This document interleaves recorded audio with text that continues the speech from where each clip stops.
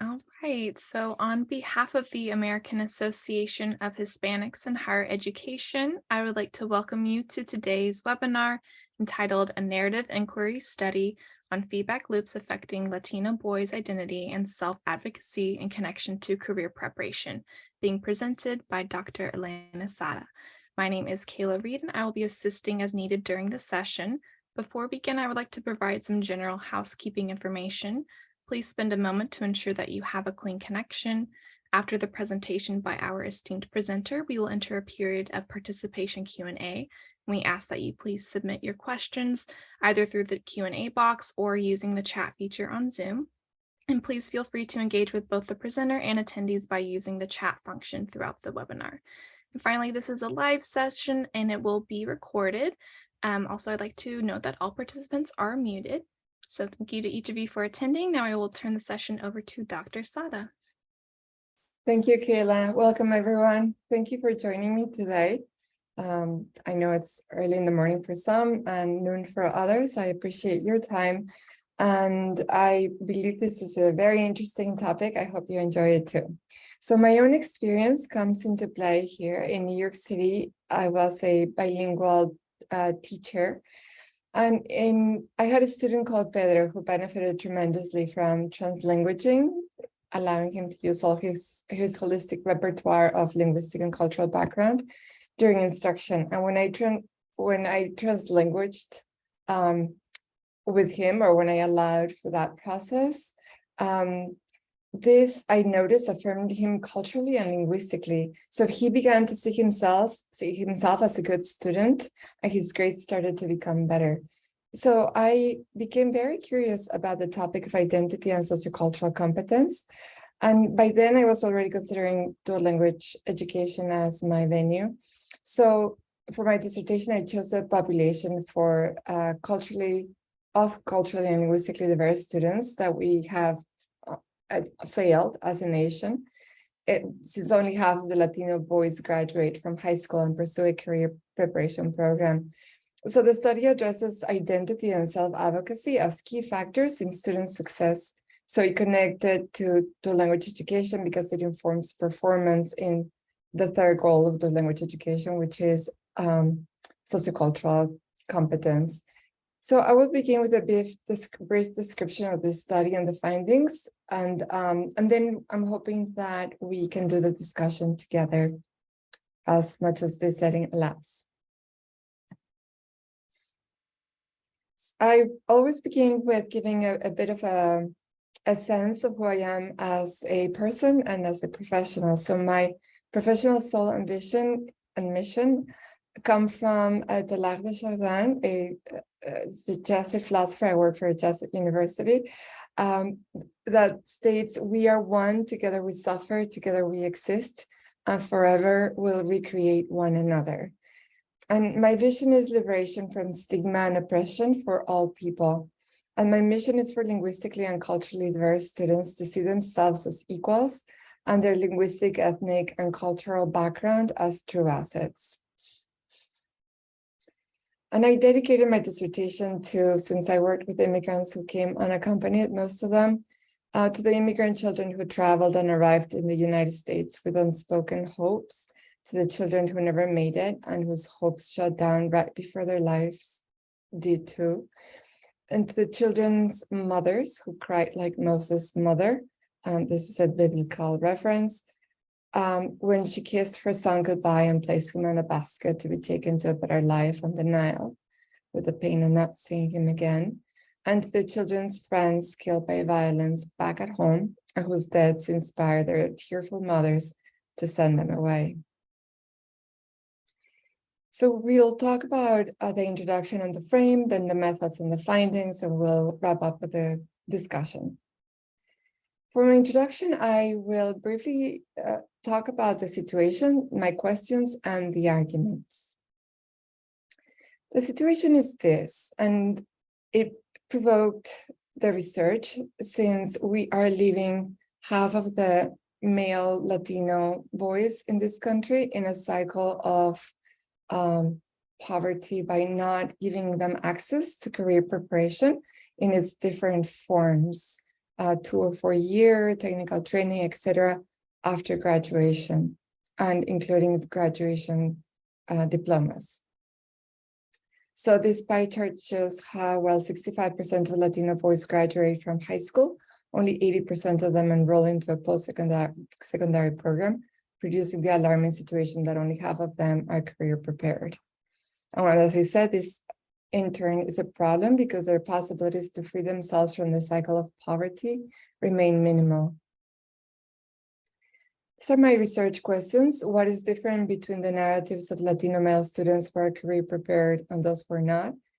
What are the inflow and feedback loops shaping Latino male adolescents' identities and self-advocacy in connection to career preparation? So what are the factors reinforcing or debilitating these images?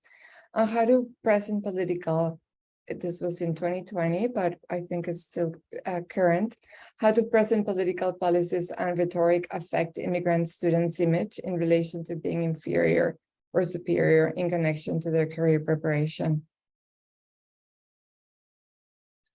So I argue that societal stigmas and figured worlds, which we'll explain, significantly affect Latinos' identities and capacity for self-advocacy in connection to career preparation, and that these stigmas are founded on people's figured worlds of self or others and can be observed and studied within a macro frame, how they contribute to building a population's culture, and also within a macro and then a micro frame as well, how they affect individuals and their identities in connection to their schooling and career preparation and performance. So I use Fanon's philosophical framework of decolonization, as we're going to see. We will, for a theoretical frame, include the summary of literature of studies, a frame, and then key concepts. As a review of literature, there is existing research in connection to this study's purpose, speaking of figured worlds infused by a post-colonial binary classification of the superior and the inferior other. So Latino boys, as it's presented as Latino boys as suffering stigma and labeled, as we know, as rapists and criminals, or struggling for feeling that they do not belong or excluded or not deserving, ashamed as a result of societal linguistic stigmas. However, there's also research that positions Latino boys as having the potential to exercise agency. And it's called by some authors as improvisations, moments where the individual acts according to their figure world, which doesn't match and eventually molds and changes the image of others around him. And also, this is characterized by an identity for career preparation within a figure world, where the oppressed belong to the desired professional community. So a child who's had everything against him or her or they, but they at the same time understood that they belong to a career profession or career pathway, and they saw themselves as part of it, and that gave them the strength to continue fighting for it. Furthermore, that even when schools will never represent or serve the interest of most marginalized and underrepresented of society, following the theory and hypothesis of Fasching and Wagner, this agency is possible.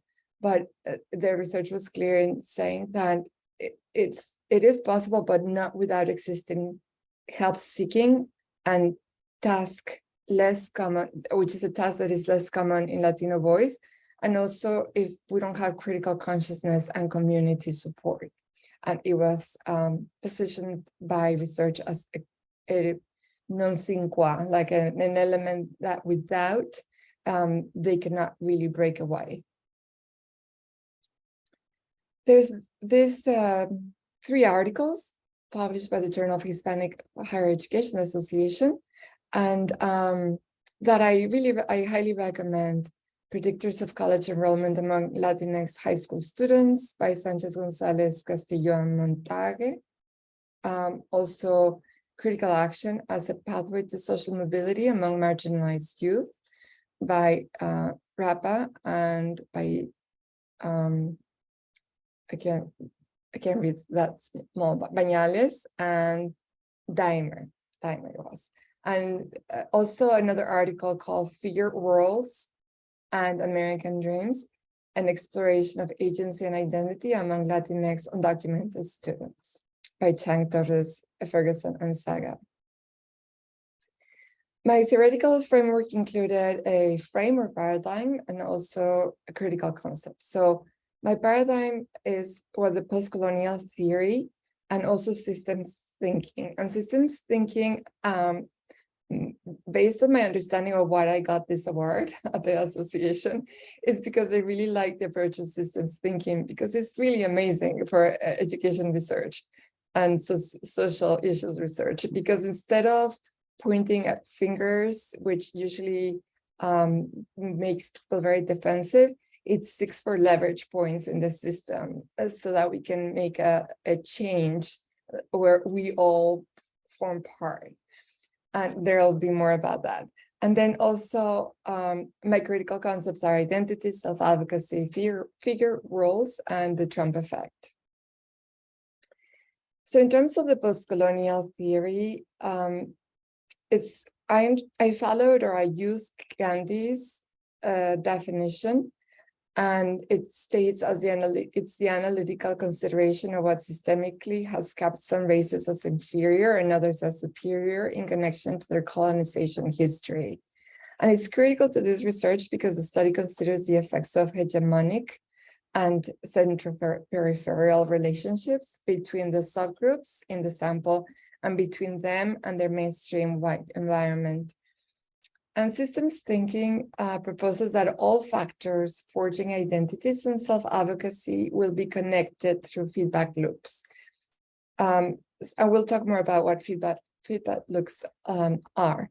And it situates the sample's experiences within an interconnected systemic setting and analyzes how factors affect the system's funds, which is in this case identity and self-advocacy, even while very subtle, and how they can affect by being reinforced, balanced, or debilitated. And this is an image of what I was explaining about how a systemic approach, instead of an individual unit problem, would end up to a conclusion of finding who is the guilty one.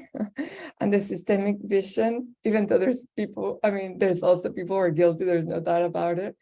And that's why I think the Trump effect was so meaningful.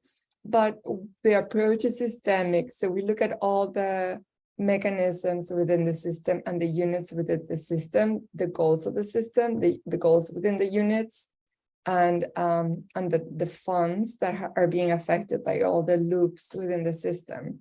It's a fascinating frame that has not been used for education.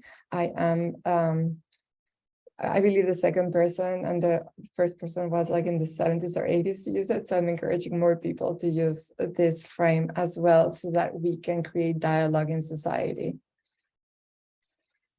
So how does figure world and the Trump effect fit within identity and self-advocacy? So the stories of our lives, and with them our identities, assume discourses and values from the context or from society. So the post-colonial theory assumes that there is a narrative that the majoritized imposed into the minoritized. So that created an image or an imagined nation, an imagined world, and then within that imagined identities. So when we talk about, Mexicans coming through the border, and the reference is that they are rapists and thieves or murderers. I am Mexican and I'm from the border, so I guess I could use this example because it was mentioned by the president. When we talk about that, we are giving access to an imagined world and nation to everyone who's listening who do not know that nation or world, and there's no way you can actually get to know a nation and a world. So you think you know that nation through that imagination, and that's where behaviors reinforce that figure world. And the Trump effect was a name given to the effects that that rhetoric had in terms of societal world imagination. So, leaving behind my the introduction and frame and literature, the method, we'll talk about the selection of the method, the sample, the data, and also within data, the collection, analysis, and validity. So I used narrative analysis by Riesman, and I did this because stories open a window into identity shaping events that can be subtle.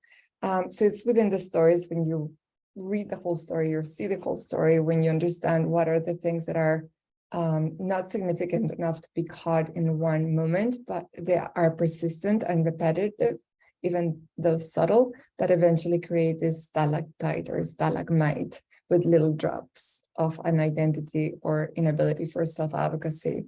So the phenomenon is half of Latino male adolescents in the country pursue or do not pursue a post-secondary career preparation program, which increases the odds of remaining in the poverty cycle. And so the assumptions in these narratives are, one, that being relational and positional, students' identity and self-advocacy are shaped by figure worlds, that to understand the phenomenon, we must look at feedback loops shaping boy identities and self-advocacy, and that a narrative analysis where students' stories are considered within their context facilitates this investigation, especially when done with two subgroups that are similar in circumstances, but are different in outcomes. So narrative analysis is defined by Riesman. She doesn't give an exact definition, but we pick up phrases here and there. She calls them meaning-making structures. And she also states that stories have an essential self within a culture and power relation context. And they also assume discourses and values from the places and the time. And that's why it matches, I think, beautifully the post-colonial theory frame. So after interviewing and observing participants throughout a period of about 6 months, I created a narrative for each based on how they, it was open-ended interviews. So, and I can give you more information if anyone is using this method, but I'll be succinct in this setting. After that, you determine which are the main themes in each narrative, and then you group the themes to create a meta story by subgroup. So I ended up with a meta story for those attending or on a pathway to career preparation, and those who are not in a pathway to career preparation, meaning either they drop out of high school or they finished high school and they pursued just any job without really a plan of a career preparation. And when I say career preparation, it doesn't necessarily have to be a 4-year career or a typical profession that's considered prestigious. It's all jobs, as long as it's something that they choose and they can be trained to do. So there can be a pathway for improvement, growth, and fulfillment in that career, be it, all the way from recycle expert to technician of waste to football player or kitchen assistant or lawyer, teacher, engineer, nurse, name it. Any path is equally dignified as long as it's a choice, as long as it provides the fulfillment and the resources to remain out of the poverty cycle.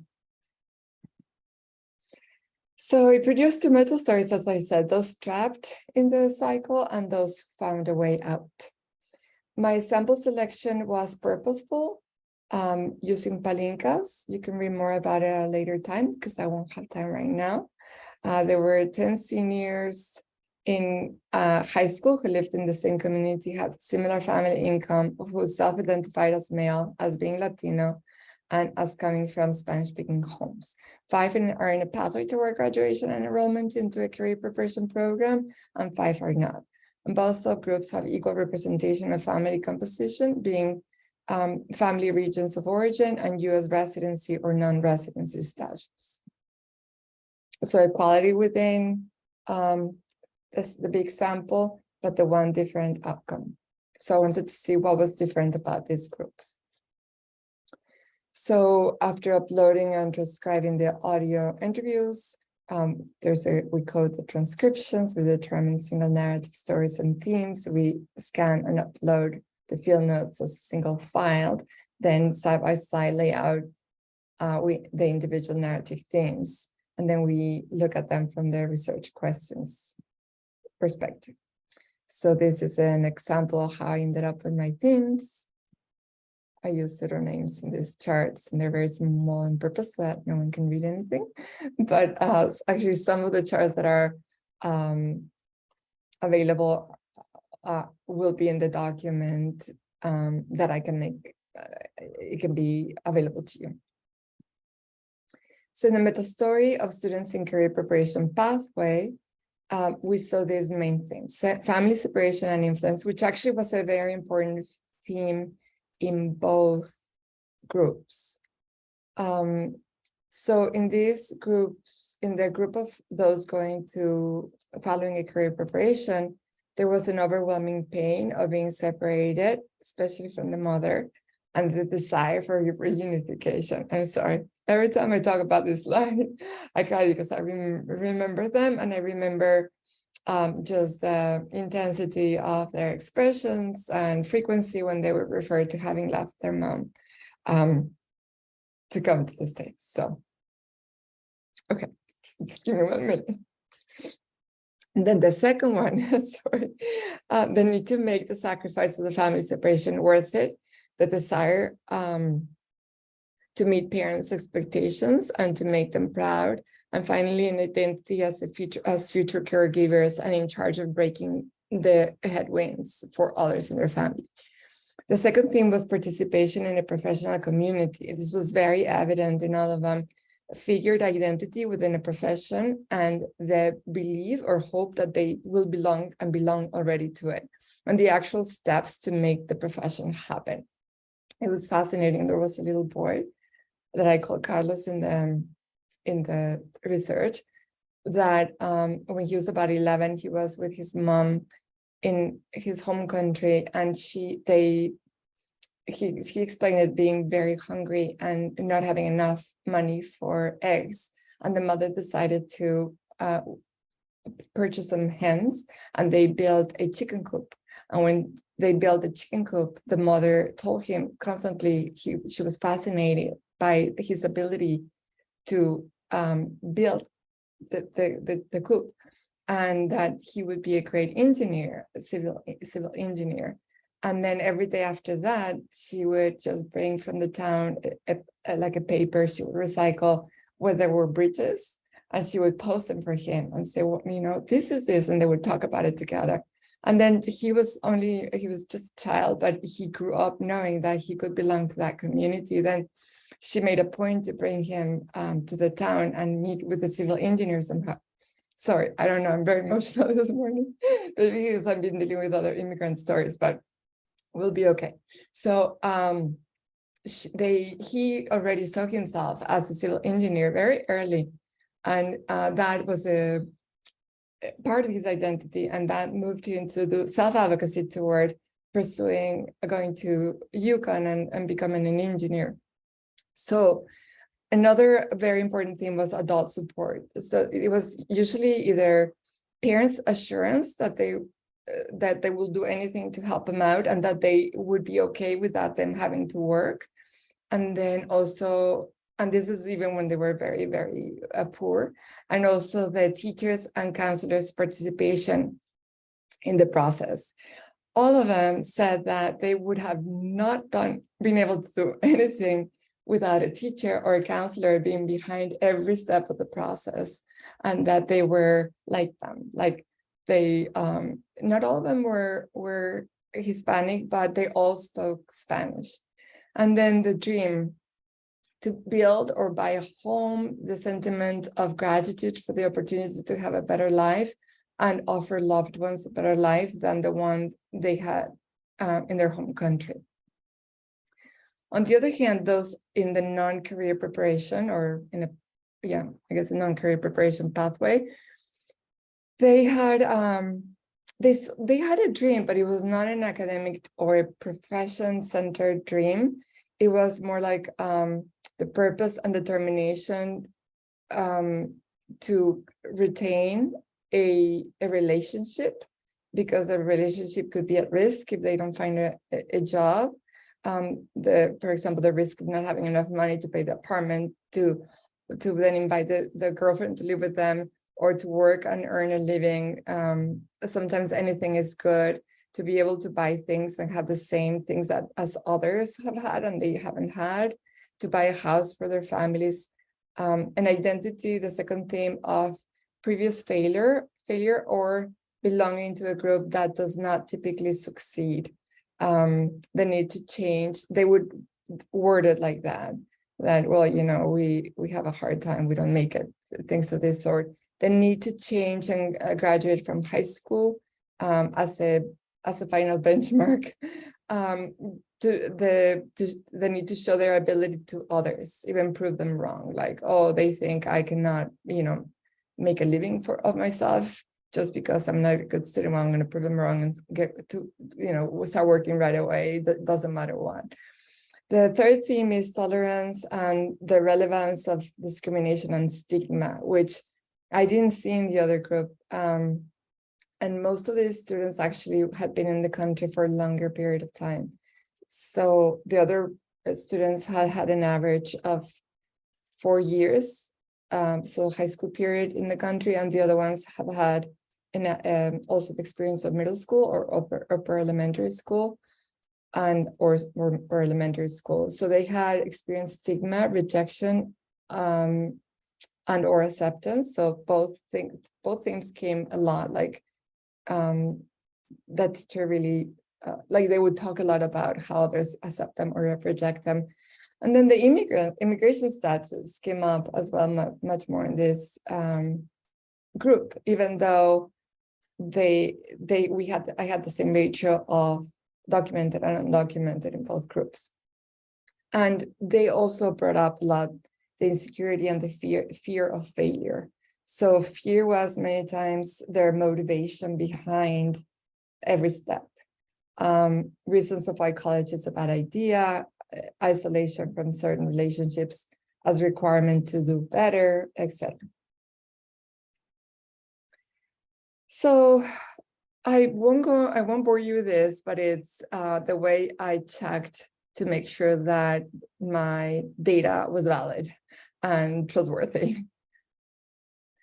And finally, the findings in general within the subgroup. So the one on the left is the one going to career preparation, and the ones on the right, no career preparation. And the yellow is the family separation theme. The dark gray is belonging to professional community. Well, it's the second bar for those of you who are colorblind, I'm sorry. The first bar from left to right is family separation theme. The second bar is belonging to professional community. As you can see, it's much higher in those going to a career preparation. Then the fourth and kind of olive green bar is if they were documented or not. And then the stigma as relevant in the United States was present only in the latter group. So what is different between the narratives of Latino male students who are career prepared and those who are not? So students who share a career prepared identity, they exercise self-advocacy, and they did it through a bilingual staff they could trust. They strive to meet a clear expectations set by themselves or families and teachers. and which also led them to imagine themselves as belonging to a specific professional community. And the teachers would spend time talking about it as a fact. Yes, you know, assuring them. There was one that said, she tells me I'm smart enough, and I had a hard time believing her. But then she convinced me that I could do it, you know. So it was really interesting how much they were affected by the influence of these professionals. And then this seems to originate in several moments and feedback from, so I observed, I analyzed in my systems thinking, not only the inflow, so the initial feeders into this system of where identity is the form, but also the feedback loop, so the reinforcers. So these were their healthy attachment to a parental figure or caregiver and someone at school. And then the experience of trying and loving what they want to do in the future.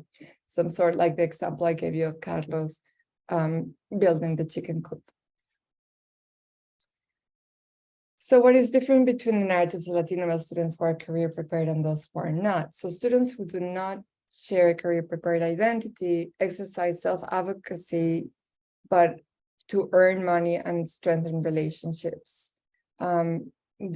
They brought up relationships a lot as things they had to fix, and everything kind of revolved around that, and are motivated by an unfinished business to prove the self or others something, which leads them to imagine themselves as equals or better, breaking away from stigma. They really strive to break away from stigma. So that's where when I said, and Mandela,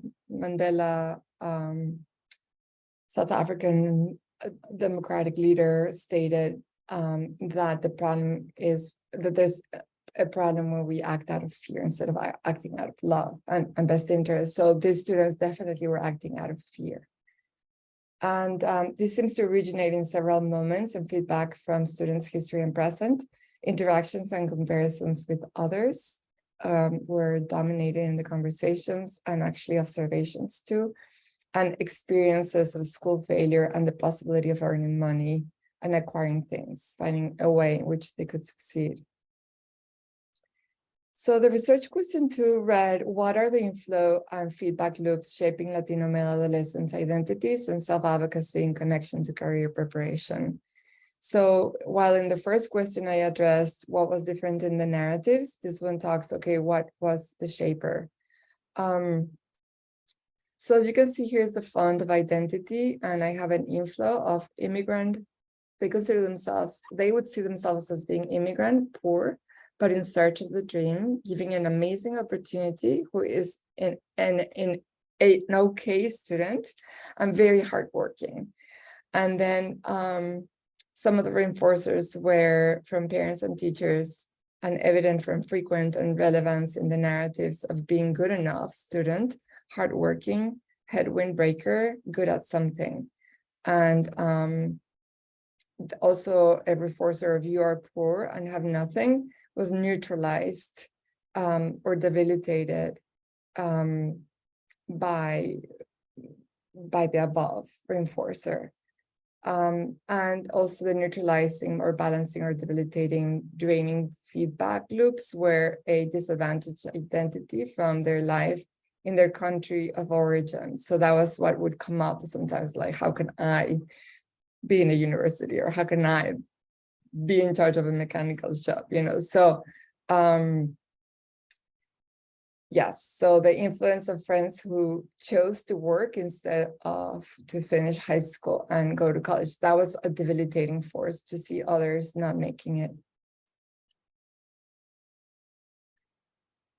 And for those not going to career preparation, Latino youth men, the inflow was Latino young men worth something. They're worth something if they produce. They're not good students and don't need schooling to make it. And the reinforcement feedback loops from adults, classmates, and circumstances, evident also in the frequency and relevance in the narratives of being at risk of failing in school from a group that typically doesn't make it.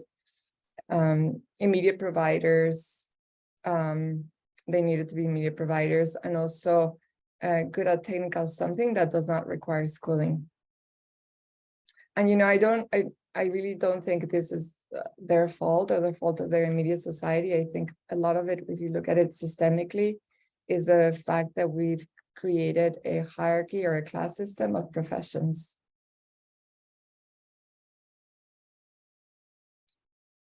So I did the same for self-advocacy, and the research giving me the answers for research question 2.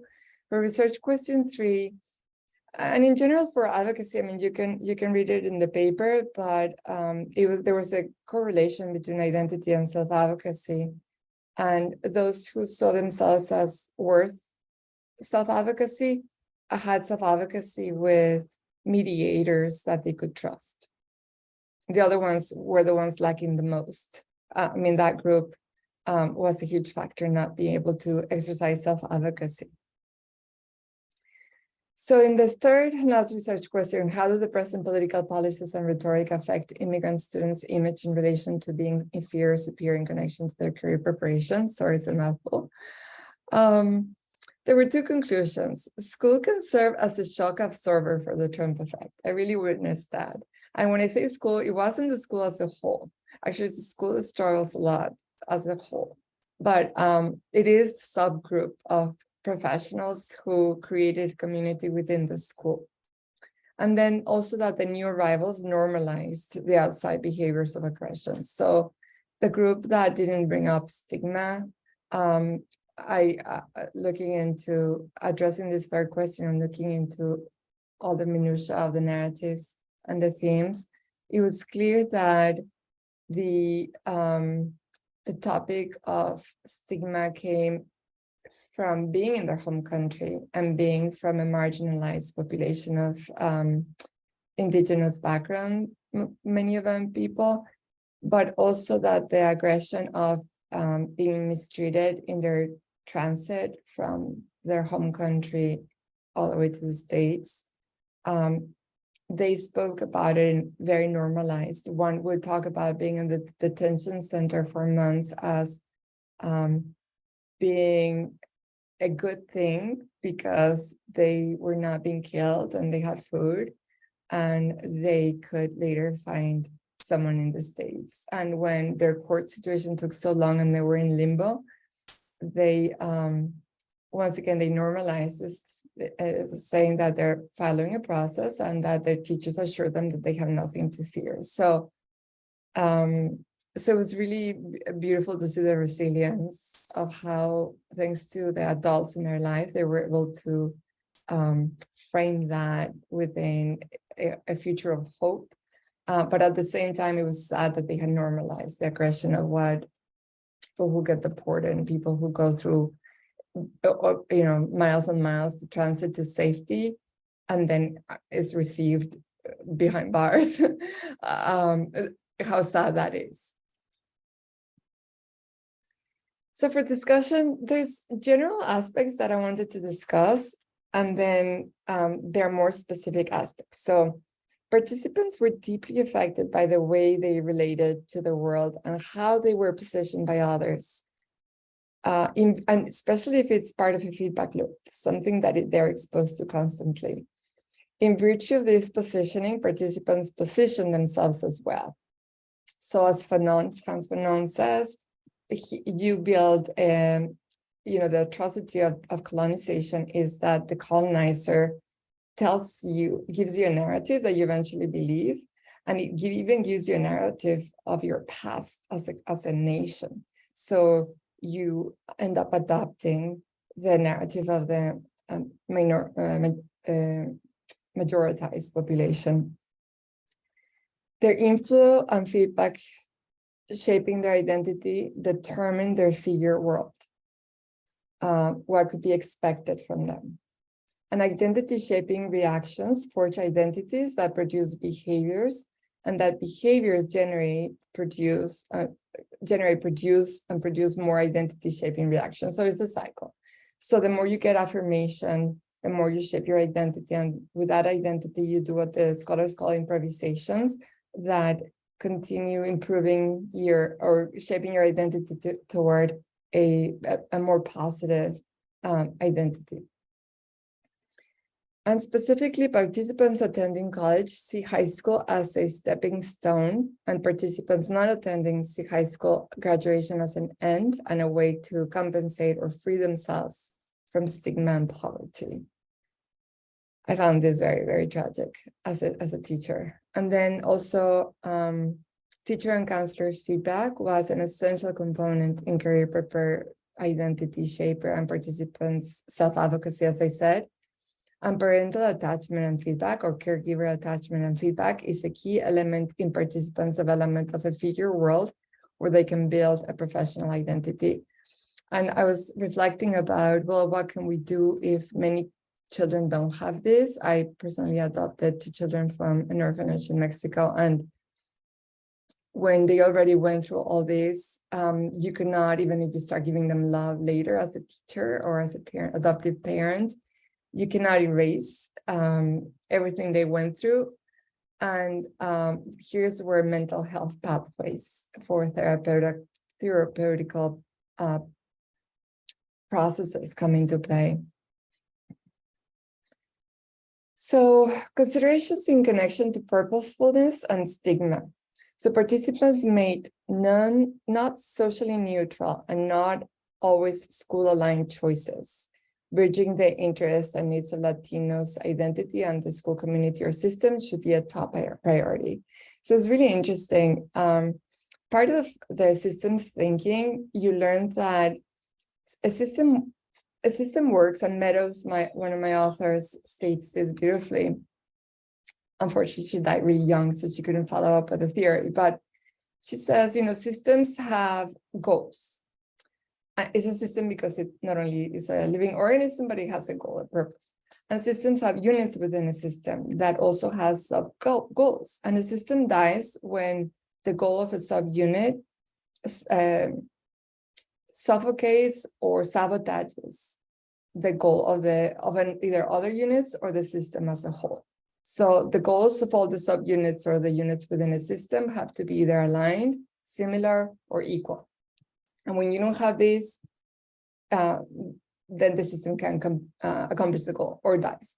So when you look at the education system for these children, these boys, the school has goals, and the school at no point, we know what the goals of school are, and they're repeated to us every morning. They're on the hallways, it's the mission statement, the vision, etc. But at no point we take the time to listen to the goals of the students and try to see the alignment. So what happens is that the boy ends up seeing the school as a saboteador, sabotaging his own goals. And he unconsciously or consciously sabotages the school's goals for the same purpose. So until we, the adult, take time to understand the goals of these boys, we won't be able to help us as a system align the goals. So that's pretty much what I mean in the first statement. Also, choices were made from fear or hope, depending on the group. And the fear, the ones not going to career preparation, or hope, the ones doing it. And participants were consequent with the feeling of being either free or constrained in school. And this was linked to stigma or compensation. The ones who just wanted to get rid of high school had been suffering stigma. And when the context of the native-born Latinos is one of poverty and stigma, Latinos who came as babies or were born here, they tend to do worse than students who are new arrivals because of how much they've been affected by this stigma. So bridging the interest and needs of Latinos' identity and school community or system should be a top priority, especially for those who have been in the US longer. So implications for policymakers, communities, and schools and colleges could be to develop participative and interactive curriculums that match students' goals and hopes.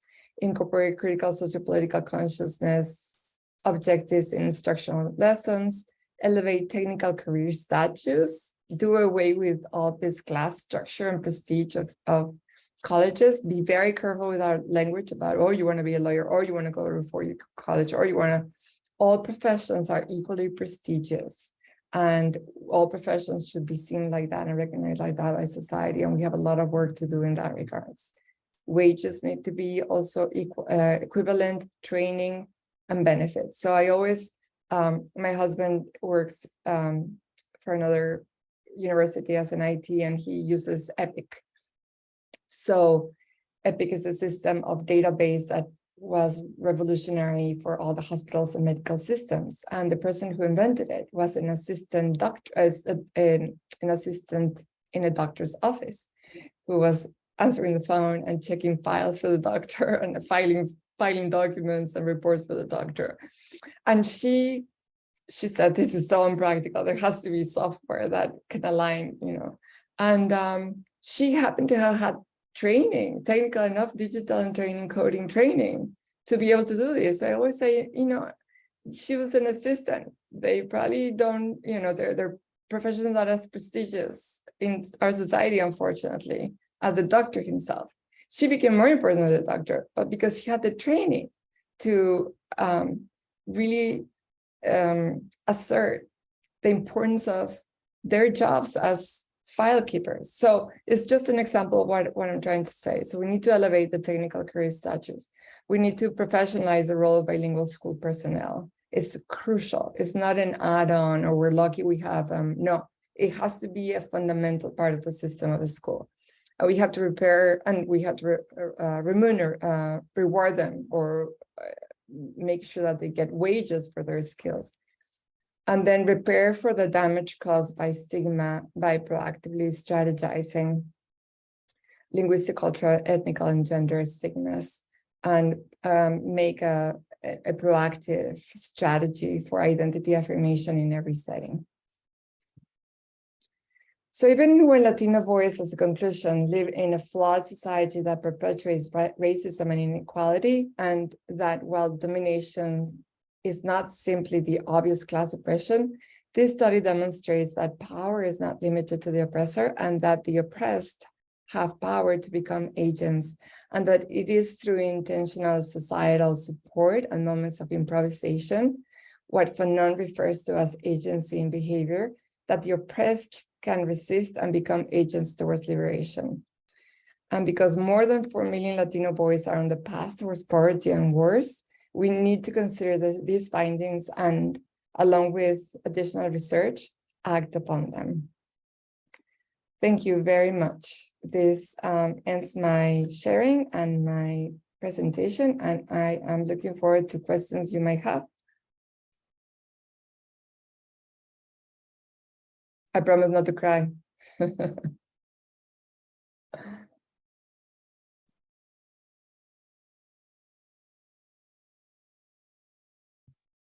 I can also allow, oh, looks like someone else there. Yeah, I will allow Frank to talk. Okay. Frank, you can talk if you want. Hi, Frank. Yes, that's a great presentation. I think as a Latino male, I mean, basically I see that tracking has been very,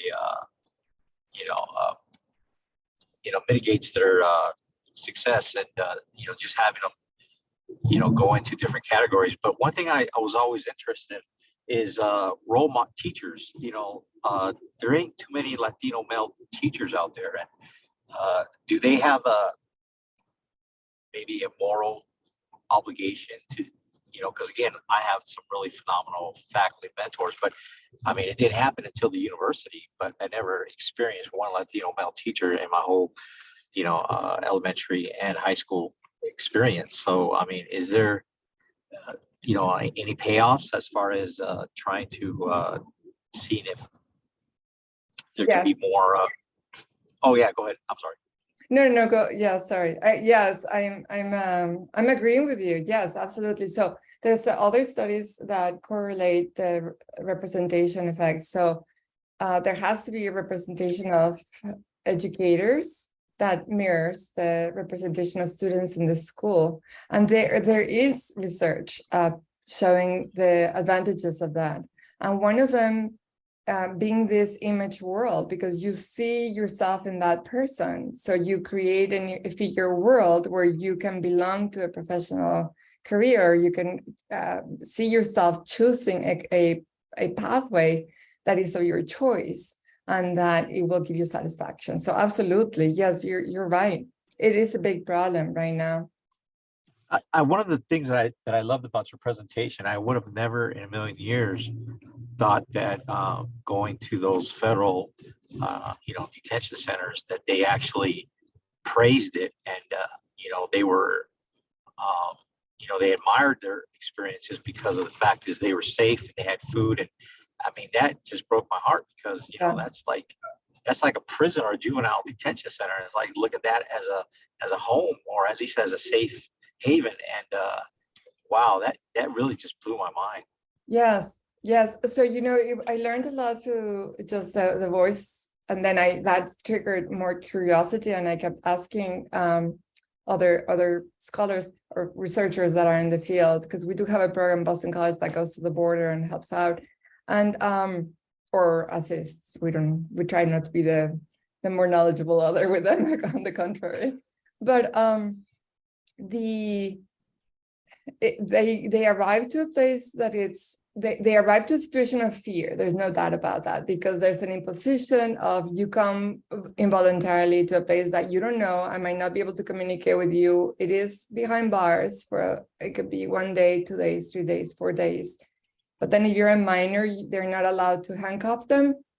They have to give them food, and they have to keep them warm, which they only use those silver covers, right? But after that, they place them across the country in any center that's available. So in those centers, that's where a lot of our volunteers and just beautiful angels, women. Yeah, that's what I call them, angels. Yeah, angels just really are there as volunteers with these facilities where the child learns English, has 3 meals a day, has a bed in a dorm, it's divided, so that there's no abuses. If they're sick, they are given medication. So, and then it lasts anywhere between 2 weeks to a year if they can't find a relative that could claim them. So they give them several numbers, and these centers have the duty of calling their relatives without asking the relatives for their immigration status. So that has allowed, some relatives still don't pick up because they're terrified, but some relatives do. And that has allowed for placement with relatives that are not even documented, but at least the child is safe with a relative. And then there is a team in charge of that child's process toward refugee documentation. Yeah, one of the things is I was looking forward to this for several reasons, but I worked with Ben Miranda, which was a CEO of a law firm. We created Manzana Scholars, which was for dreamers, and this was several years ago. But we had a successful, phenomenal retention graduation rate, and I can honestly say I wanted to work with the most underserved, and that definitely. I mean, I thought I was. Those students seem to me like they're even more underserved than the dreamers, because they're like freshly in the States, but the bright side is that they come in more prepared academically than our students here, as far as Hispanics from, and again, I'm citing Harvard, which actually did an analysis. So, it's like when they come here, you're right, you're perfectly correct in that they actually stigmatize themselves and they start fitting those stereotypes all day. Right. Yeah, that's totally true. I see it, but I just feel I wanted to work with the most underserved, because again, say that's where, like you learn, man, I learned so much from just hearing other dissertations that were working with ELL students, and they were being tracked, and they didn't have one prayer or one dream of ever going to college, much less having anything other than a vocational training. Right. Thank you, Frank. I'm going to address. All right. I'm sorry for talking so much. You guys have a blessed day. Okay. Thank you. No, I appreciate it because it's a dialogue. I really love it. We have You're 3 minutes, but I wanted to address what inspired you to pursue this research topic. And I have a boy, and when we moved from New York to Connecticut some time back, he was only 6, and he told me in the store, "Mom, don't talk to me in English and Spanish. They're gonna think we're poor." So I was horrified.